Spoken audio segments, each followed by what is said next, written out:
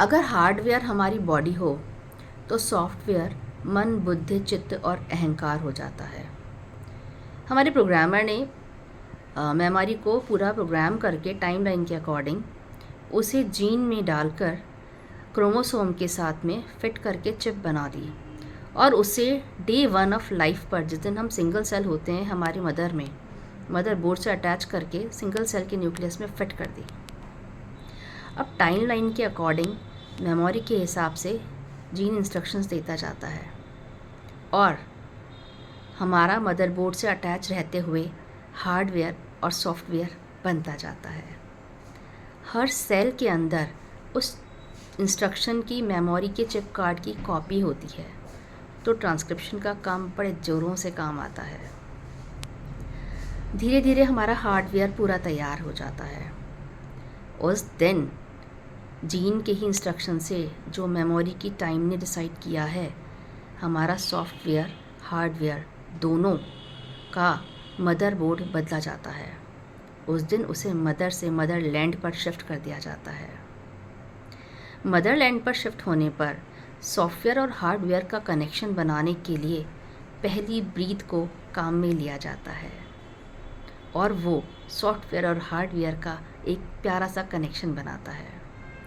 अब according to the memory instructions of the timeline, hardware software और आगे बनता जाता है और बढ़ता जाता है। जैसे डिज़ाइंड होता है बिल्कुल वैसे ही।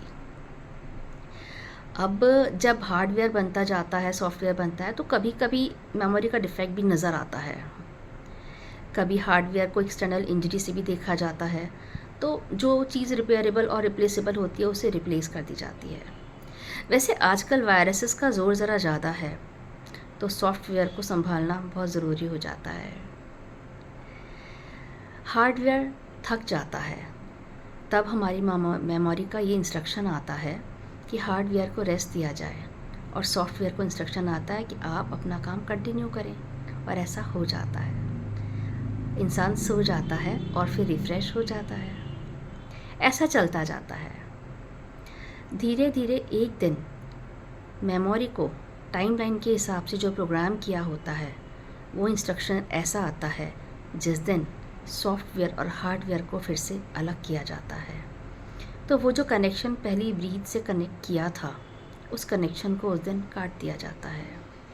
सॉफ्टवेयर नज़र तो पहले से ही नहीं आता है और हार्डवेयर उस दिन डिस्कार्डेबल मटेरियल में बदल जाता है, जिसे डिस्कार्ड कर दिया जाता है।